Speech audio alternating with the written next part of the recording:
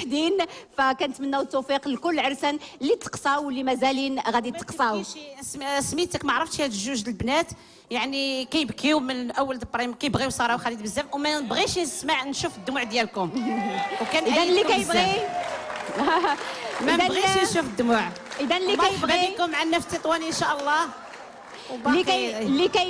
اللي كيبغي ساره وخالد يدعي لهم بالتوفيق في حياتهم. وطبعا حتى بالنسبه للعرسان اللي كانوا تقصاو من قبل كنتمناو الخير لكل شيء.